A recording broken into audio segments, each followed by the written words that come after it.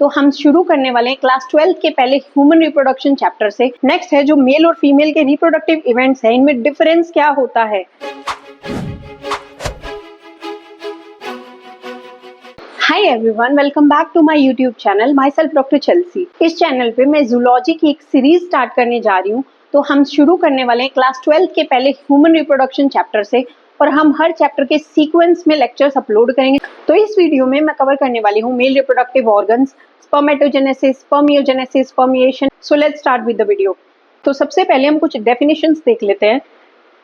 अब चैप्टर का नाम ही रिप्रोडक्शन है, तो रिप्रोडक्शन आखिर है क्या। रिप्रोडक्शन का मतलब है टू प्रोड्यूस ऑफस्प्रिंग्स, मतलब अपने जैसे ही इंडिविजुअल्स क्रिएट करना ताकि हमारी जनरेशन की कंटिन्यूटी बनी रहे। इसके लिए रिप्रोडक्शन जरूरी है। सेक्सुअल डायमॉर्फिज्म क्या होता है कि ऐसे कैरेक्टर्स जिनसे हम ये डिफरेंशिएट कर पाए कि मेल कौन है और फीमेल कौन है। अगली डेफिनेशन है विविपैरिटी। विविपैरस का मतलब है directly give birth to young ones. Egg laying जो होते हैं उन्हें ओविपैरस कहते हैं और हम ह्यूमंस डायरेक्टली चाइल्ड को बर्थ देते हैं, इसलिए विविपैरस कहा जाता है। सेक्सुअल रिप्रोडक्शन क्या होता है, जिस रिप्रोडक्शन में गैमीट का फॉर्मेशन होता है उसे सेक्सुअल रिप्रोडक्शन कहा जाता है। गैमीट का मतलब जर्म सेल्स बनना, उनका फ्यूजन होगा, उससे जायगोट बनेगा, एम्ब्रियो बनेगा। उसके बाद है इवेंट्स ऑफ रिप्रोडक्शन, जिसमें रिप्रोडक्शन का पूरा सीक्वेंस हम पढ़ेंगे।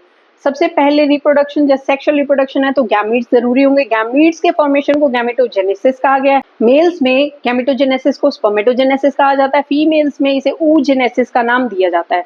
फिर है इंसेमिनेशन। अब गैमीट का फॉर्मेशन तो हो गया, लेकिन उनको आपस में मिलना भी पड़ेगा, पास भी आना पड़ेगा ताकि वो फ्यूज होकर जायगोट बना पाए। अब जो एग है, ओवा है, वो फीमेल की बॉडी में ही होगा, वो ट्रैवल नहीं कर पाएगा, इसलिए स्पर्म्स को ट्रैवल करना पड़ेगा। तो जो ट्रांसफर ऑफ स्पर्म होगा, मेल गैमीट का ट्रांसफर होगा फीमेल रिप्रोडक्टिव ट्रैक्ट में, उसे इंसेमिनेशन कहा जाता है। अब है फर्टिलाइजेशन। गैमीट्स पास पास तो आ गए, अब उनका जो फ्यूजन होगा, फ्यूज होके जो वो जायगोट बनाएंगे उसे कहा गया है फर्टिलाइजेशन। अब फर्टिलाइज हो गया, जायगोट भी बन गया, लेकिन उसको इम्प्लांट होना पड़ेगा ताकि जब तक वो मदर के वूम में उसे नरिशमेंट मिलता रहे, वो प्रॉपर अपनी ग्रोथ डेवलपमेंट करता रहे, इसके लिए उसे इम्प्लांट होना पड़ेगा। जायगोट में इनिशियली क्लीवेज डिवीजन होगा। क्लीवेज डिवीजन का मतलब होता है कि जायगोट में नंबर ऑफ सेल्स इंक्रीज हो रहे हैं लेकिन साइज इंक्रीज नहीं हो रहा। तो जायगोट अपना क्लीवेज डिवीजन करके जैसे ही ब्लास्टुलर स्टेज पे आएगा, वो यूट्रस की एंडोमेट्रियम में जाके इम्प्लांट हो जाएगा, वहां जाके एम्बेड हो जाएगा। अब जो पूरा टाइम पीरियड है एम्ब्रियोनिक डेवलपमेंट का, उसे हम जेस्टेशन पीरियड कहते हैं, जो यूजुअली ह्यूमंस में 9 मंथ्स का होता है। अब एम्ब्रियोनिक डेवलपमेंट भी हो गया, अब बेबी की जो डिलीवरी होगी उस प्रोसेस को पार्चुरेशन कहा जाता है। नेक्स्ट है जो मेल और फीमेल के रिप्रोडक्टिव इवेंट्स हैं, इनमें डिफरेंस क्या होता है। अब मेल में जैसे कि स्पर्मेटोजेनेसिस होता है तो वो प्यूबर्टी, जो एडोलसेंस स्टेज आती है, वहां से शुरू होता है और continues even in old man, मतलब प्यूबर्टी से स्टार्ट होता है और टिल द डेथ ये चलता ही रहता है। बट फीमेल्स के केस में ऐसा नहीं होता। फीमेल्स में जो oogenesis है वो एम्ब्रियोनिक लाइफ में स्टार्ट होता है और मीनोपोज के टाइम पे स्टॉप हो जाता है around 50 years of age. Menopause होता है जब आपके मेंस्ट्रुएशन साइकिल स्टॉप हो जाते हैं। जैसे ही मीनोपोज हुआ oogenesis भी वहीं स्टॉप हो जाता है। बट मेल्स में प्यूबर्टी में स्पर्मेटोजेनेसिस स्टार्ट होता है और फीमेल्स में oogenesis एम्ब्रियोनिक लाइफ में, जब एक फीमेल चाइल्ड अपनी मदर के वूम्ब में होती है तभी उसमें oogenesis स्टार्ट हो जाता है।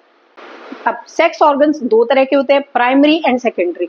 प्राइमरी सेक्स ऑर्गन मतलब इनका फंक्शन प्राइमरी है। प्राइमरी क्या हुआ, गैमीट का फॉर्मेशन।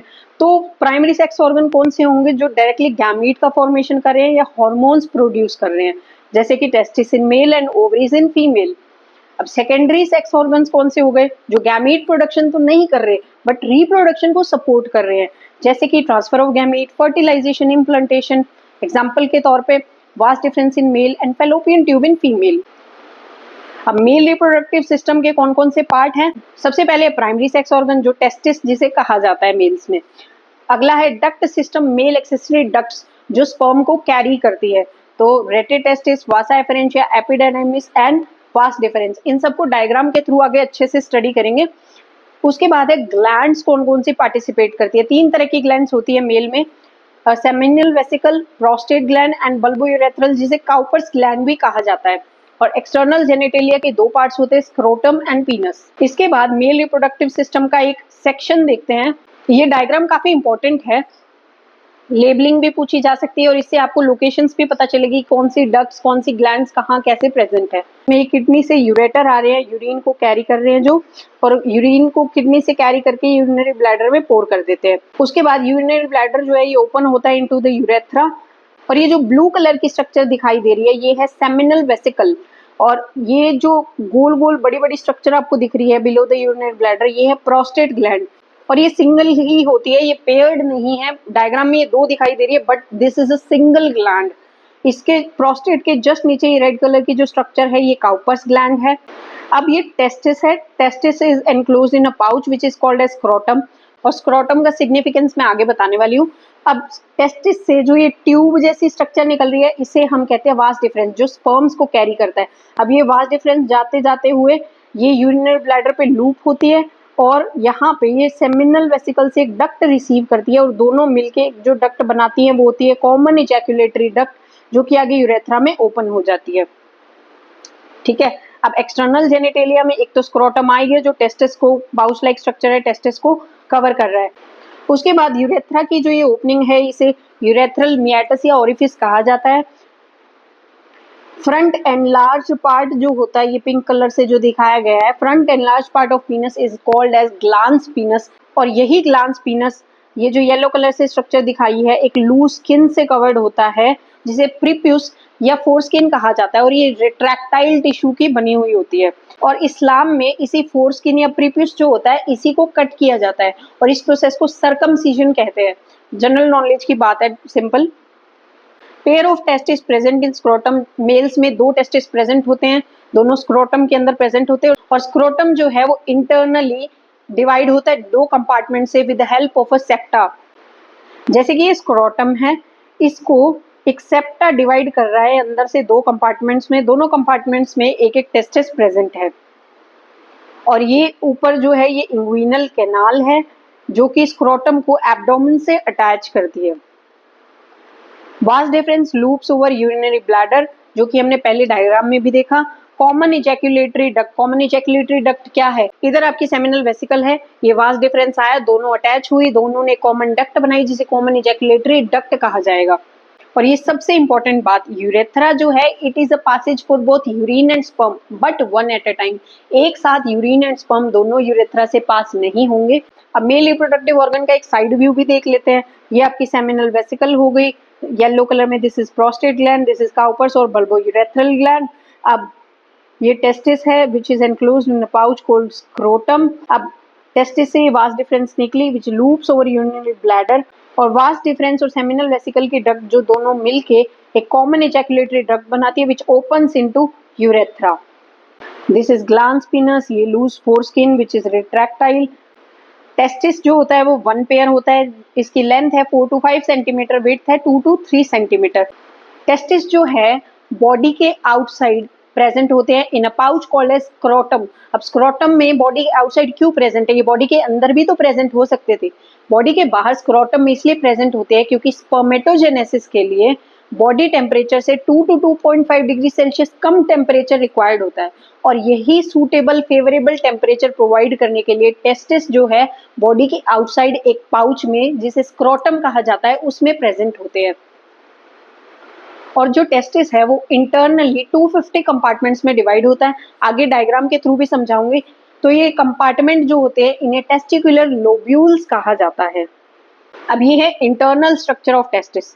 देखो टेस्टिस का जो ये आउटसाइड ये कनेक्टिव टिश्यू है, यही कनेक्टिव टिश्यू ये अंदर से इसको कंपार्टमेंट्स में डिवाइड कर रहा है, और इस कनेक्टिव टिश्यू को कहा जाता है tunica albuginea. It divides the testis into 250 compartments.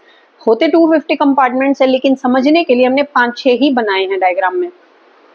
अब इन कंपार्टमेंट्स के अंदर जो टेस्टिकुलर लोब्यूल्स जिन्हें हम कहते हैं इनके अंदर 1 2 3 1 से 3 तक सेमिनिफेरस ट्यूब्यूल्स प्रेजेंट होती है। जो पिंक कलर की स्ट्रक्चर आप देख रहे हो this is seminiferous tubule. Seminiferous tubule जो है वो ओपन होती है रेटे टेस्टिस में, ये ग्रीन कलर की जो स्ट्रक्चर है this is rate testis. Rate testis open होता है वासा एफरेंशिया में, वासा एफरेंशिया आगे ओपन होती है एपिडिडाइमिस में which is a highly coiled structure, जो ये कॉइलिंग आप देख रहे हो, और एपिडिडाइमिस आगे ओपन होती है वास डिफरेंस में। अब स्पर्मेटोजेनेसिस सेमिनिफेरस ट्यूब्यूल में होता है, तो स्पर्म का पाथवे यहाँ देख लेते हैं। जैसे सेमिनिफेरस ट्यूब्यूल में स्पर्म्स बने और रेटिटेस्टिस गए, रेटिटेस्टिस से वासा एफरेंशिया, वहां से एपिडिडाइमिस और कोइलिंग से ट्रैवल करके एपिडिडाइमिस से वास डिफरेंस। अब स्पर्म का पाथवे एक फ्लो चार्ट की फॉर्म में भी देख लेते हैं। हर टेस्टिस में 250 कंपार्टमेंट है, 250 कंपार्टमेंट जिसे टेस्टिकुलर लोब्यूल कहा गया। हर टेस्टिकुलर लोब्यूल, एक टेस्टिकुलर लोब्यूल में 1 to 3 highly coiled seminiferous tubule होती है। स्पर्म्स सेमिनिफेरस ट्यूब्यूल से पास कैसे होंगी? सेमिनिफेरस ट्यूब्यूल से रेटिटेस्टिस में जाएंगी, फिर वासा एफरेंशिया। वासा एफरेंशिया 10 to 12 होती है नंबर में। तो वासा एफरेंशिया से एपिडिडाइमिस जो कि हाईली कोइल्ड स्ट्रक्चर है and it is located posterior to each testis, ठीक है। एपिडिडाइमिस से वास डिफरेंस गए, vas deferens which loops over urinary bladder और एक डक्ट रिसीव करता है सेमिनल वेसिकल से, जो कॉमन इजैक्यूलेटरी डक्ट बनाती हैं दोनों मिलके। फिर वास डिफरेंस से कॉमन इजैक्यूलेटरी डक्ट में गए, वहां से अपना सिक्रीशन यूरेथ्रा में पोर कर दिया और यूरेथ्रा से यूरेथ्रल ओरिफाइस के थ्रू आउटसाइड। अब जो सेमिनिफेरस ट्यूब्यूल है ये दो तरह के सेल से लाइंड होती है। पहली है मेल जर्म सेल जिसे स्पर्मेटोगोनिया कहा जाता है और दूसरी है सर्टोली सेल जिसे नर्स सेल भी कहा जाता है। देखो जो सेमिनिफेरस ट्यूब्यूल है इसका हम सेक्शन देख रहे हैं। इसको जैसे ये ट्यूब्यूल है इसे हमने कट किया, अब इसको कट करके इसका सेक्शन देख रहे हैं कि इसके अंदर सेल्स कैसे कैसे प्रेजेंट है। तो ये सेमिनिफेरस ट्यूब्यूल है, इसके अंदर दो तरह की सेल्स प्रेजेंट है, स्पर्मेटोगोनिया एंड सर्टोली सेल्स। तो ये ग्रीन कलर की बड़ी बड़ी सेल्स जो दिखाई दे रही है दिस इज सर्टोली सेल्स। ये पर्पल कलर में जो मैंने शो करी है वो है स्पर्मेटोगोनियास। क्योंकि स्पर्मेटोजेनेसिस सेमिनिफेरस ट्यूब्यूल में ही होता है तो यहाँ पे प्राइमरी स्पर्मेटोगोनियास भी होंगे, सेकेंडरी भी होंगे और स्पर्म्स भी प्रेजेंट होंगे। ये इंटरस्टिशियल स्पेस है, इंटरट्यूबुलर स्पेस। ये जो पिंक कलर की स्ट्रक्चर दिखाई दे रही है ये है लेडिक सेल्स जिन्हें इंटरस्टिशियल सेल्स भी कहा जाता है, जो कि एंड्रोजन प्रोड्यूस करती है। ये है ब्लड वेसल्स और ये जो ब्लू कलर की सेल्स दिखाई दे रही हैं this is immunocompetent cells या WBCs। हमने देखा कि सेमिनिफेरस ट्यूब्यूल में दो तरह की सेल्स होती है। अब इनका फंक्शन क्या है एक बार देख लेते हैं। स्पर्मेटोगोनिया होते हैं जो कि डिवाइड करके ultimately give rise to sperms. Nurse cell या सर्टोली सेल इन्हें सस्टेंटाक्युलर सेल्स भी कहा जाता है। तो इनका मेन काम तो होता है स्पर्म्स को नरिशमेंट प्रोवाइड करना और ये फैगोसाइटोसिस भी करती है। जो एक्स्ट्रा मटेरियल जैसे स्पर्मेटोजेनेसिस हो रहा है उसके टाइम पे जो फालतू की चीजें एक्स्ट्रा मटेरियल प्रोड्यूस हो रहा है तो उसको फैगोसाइटोज कर लेती है, मतलब कि उसे एनगल्फ करके खत्म कर देती है। और ये सर्टोली सेल एक फैक्टर प्रोड्यूस करती है SMF, स्पर्म मैचुरेशन फैक्टर, जो स्पर्म्स के मैचुरेशन में हेल्प करता है। और एक ये ABP प्रोड्यूस करती है एंड्रोजन बाइंडिंग प्रोटीन, जो आगे जाके एंड्रोजन से बाइंड होता है। अब इसके बाद ग्लैंड्स को देख लेते हैं। हमने देखा तीन तरह की ग्लैंड होती है, seminal vesicle, prostate and Cowper's gland. तो सेमिनल वेसिकल जो है पेयर्ड होती हैं, जो हमने डायग्राम में भी देखा। प्रोस्टेट ग्लैंड सिंगल होती है और काउपर्स ग्लैंड भी पेयर्ड होती है। अब लोकेशन क्या है इनकी? Seminal vesicle behind the urinary bladder, prostate जो है below the urinary bladder and Cowper's जो है साइड्स ऑफ यूरेथ्रा में प्रेजेंट होता है। और इनका सिक्रीशन में कितना रोल होता है? सेमिनल वेसिकल का 60 to 65% पोर्शन होता है, प्रोस्टेट का 20 to 25 एंड 5 to 10% होता है काउपर्स ग्लैंड का। अब इन ग्लैंड्स के सिक्रीशन का कंटेंट क्या है? तो सेमिनल वेसिकल के सिक्रीशन में फ्रक्टोज, एंजाइम्स और प्रोस्टाग्लैंडिन्स होते हैं और प्रोस्टेट ग्लैंड सिक्रीट करती है calcium ions and certain enzymes. और काउपर्स ग्लैंड का जो सिक्रीशन होता है वो होता है म्यूकस, जो पीनस का ल्यूब्रिकेशन कराता है। सीमन क्या होता है? सीमन का मतलब होता है sperm plus seminal plasma. Sperms का फॉर्मेशन टेस्टिस में होता है और सेमाइनल प्लाज्मा जो होता है ये ग्लैंड्स का सिक्रीशन होता है। सारी ग्लैंड्स का कलेक्टिवली जो सिक्रीशन है उसे सेमाइनल प्लाज्मा कहा जाता है। एक इजैकुलेशन में जो स्पर्म्स रिलीज हुई उसे सीमन कहा अलोंग विद सेमाइनल प्लाज्मा। अब एक इजैकुलेशन में 2.5 to 5 ml सीमन रिलीज होता है। एक हेल्दी इंडिविजुअल में वन इजैकुलेशन में 200 to 300 मिलियन स्पर्म्स प्रेजेंट होते हैं और हेल्दी इंडिविजुअल है तो उसमें से इन 200 to 300 मिलियन स्पर्म्स जो इजैकुलेट हुई है, जो रिलीज हुई है, उनमें से एटलीस्ट 60% की नॉर्मल शेप एंड साइज होनी चाहिए और 40% की वाइग्रस मोटिलिटी यानी कि स्पीड अच्छी होनी चाहिए। अब एक्सटर्नल जेनिटेलिया में दो पार्ट्स होते हैं, स्क्रोटम एंड पीनस। स्क्रोटम हमने पहले पढ़ लिया। अब पीनस जो है एक कॉपुलेटरी स्ट्रक्चर है जिसमें इरेक्टाइल टिश्यू प्रेजेंट होते हैं which helps in enlargement and erection of penis to enable insemination, ताकि वो स्पर्म्स को डिलीवर कर पाए इन फीमेल रिप्रोडक्टिव ट्रैक्ट। जो enlarge front part of penis होता है which is called as glans penis and it is covered with a foreskin called as prepuce and this foreskin is retractile. Urethra passes through penis. तो ये है urethra which opens through urethral orifice और मियाटस। ये जो pink colour की structure show की है, this is unpaired erectile tissue. यहाँ पे इस डायग्राम में देखिए आपको ये पेयर्ड लगेगी, बट दिस इज अनपेयर्ड। और जो येलो कलर की स्ट्रक्चर आपको दिखाई दे रही है, येलो कलर का जो टिश्यू दिखाई दे रहा है, this is paired erectile tissue. दो तरह के इरेक्टाइल टिश्यू प्रेजेंट होते हैं, एक अनपेयर्ड होता है और दूसरा पेयर्ड होता है। अब पढ़ते हैं हम हार्मोनल कंट्रोल ऑफ स्पर्मेटोजेनेसिस। तो जो हाइपोथैलेमस है ये एक हार्मोन रिलीज करता है जिसे गोनेडोट्रोफिन रिलीजिंग हार्मोन जीएनआरएच कहते हैं। ये जीएनआरएच जो है इंटीरियर पिट्यूटरी पे एक्ट करके दो हार्मोन रिलीज कराता है, पहला है एलएच और दूसरा है एफएसएच। अब इनका रोल क्या है? एलएच जो है वो इंटरस्टिशियल सेल या लेडिक सेल जो है उन पे एक्ट करके उनसे एंड्रोजन प्रोड्यूस कराता है, और ये जो एंड्रोजन है ये हेल्प करते हैं स्पर्मेटोजेनेसिस में। और ये जो एफएसएच है ये सर्टोली सेल, जिन्हें हम नर्व सेल भी कहते हैं, उन पे एक्ट करता है और सर्टोली सेल के जो भी फंक्शंस है वो परफॉर्म कराता है, जैसे कि एसएमएफ प्रोड्यूस कराना, एबीपी प्रोड्यूस कराना, और यही एबीपी जाके आगे एंड्रोजन से बाइंड कर जाएगा। पर अति तो हर चीज की बुरी है, और हमारी बॉडी में एक रेगुलेटरी मैकेनिज्म है कि हर चीज एक बैलेंस फॉर्म में रहती है। तो अगर हमारी बॉडी में इन हॉर्मोन्स का लेवल बियॉन्ड द लिमिट बढ़ता है तो ये अपने आप ही एक नेगेटिव फीडबैक प्रोड्यूस करता है, जैसे कि जो सर्टोली सेल है ये इनहिबिन प्रोड्यूस करती है, और यही इनहिबिन नेगेटिव फीडबैक देता है इंटीरियर पिट्यूटरी को कि बस इतना ही एफएसएच चाहिए था, अब इसका प्रोडक्शन कम कर दो या रोक दो। वहीं जो एंड्रोजन है ये अगर ये ज्यादा अमाउंट में बन जाता है तो ये नेगेटिव फीडबैक देता है एंटीरियर पिट्यूटरी को, ताकि एंटीरियर पिट्यूटरी एलएच के प्रोडक्शन को वहीं रोक दे। और यही एंड्रोजन हाइपोथैलेमस को भी नेगेटिव फीडबैक देता है ताकि जीएनआरएच का प्रोडक्शन रोक दिया जाए। अब स्पर्मेटोजेनेसिस का प्रोसेस क्या है वो देख लेते हैं। सबसे पहले तो जो सेमिनिफेरस ट्यूब्यूल है उसमें स्पर्मेटोगोनिया थे, ये डिप्लॉइड है, इनकी प्लॉइडी 2n है, ठीक है। तो स्पर्मेटोगोनिया पहले तो डिवाइड करके अपना नंबर्स मल्टीप्लाई करेंगे। तो स्पर्मेटोगोनिया में माइटोसिस हुआ, 1 से 2 बने, 2 से 4 बने, माइटोसिस हो गया, नंबर मल्टीप्लाई हो गया, उसी भी इनकी प्लॉइडी जो है स्पर्मेटोगोनिया की 44 + XY मतलब डिप्लॉइड ही है, क्योंकि माइटोसिस हुआ है तो प्लॉइडी तो सेम ही रहेगी। अब ये जो स्पर्मेटोगोनियाज हैं इनमें से कुछ स्पर्मेटोगोनियाज अपना साइटोप्लाज्मिक कंटेंट इंक्रीज करके प्राइमरी स्पर्मेटोगोनिया बन जाते हैं, ठीक है। लेकिन प्लॉइडी अभी भी 2n है, अभी भी डिप्लॉइड सेल ही है। अब जो ये प्राइमरी स्पर्मेटोसाइट बने ये क्या करेंगे, इनमें मियोसिस 1 होगा जो रिडक्शनल डिवीजन है, मतलब क्रोमोसोम का नंबर हाफ हो जाएगा।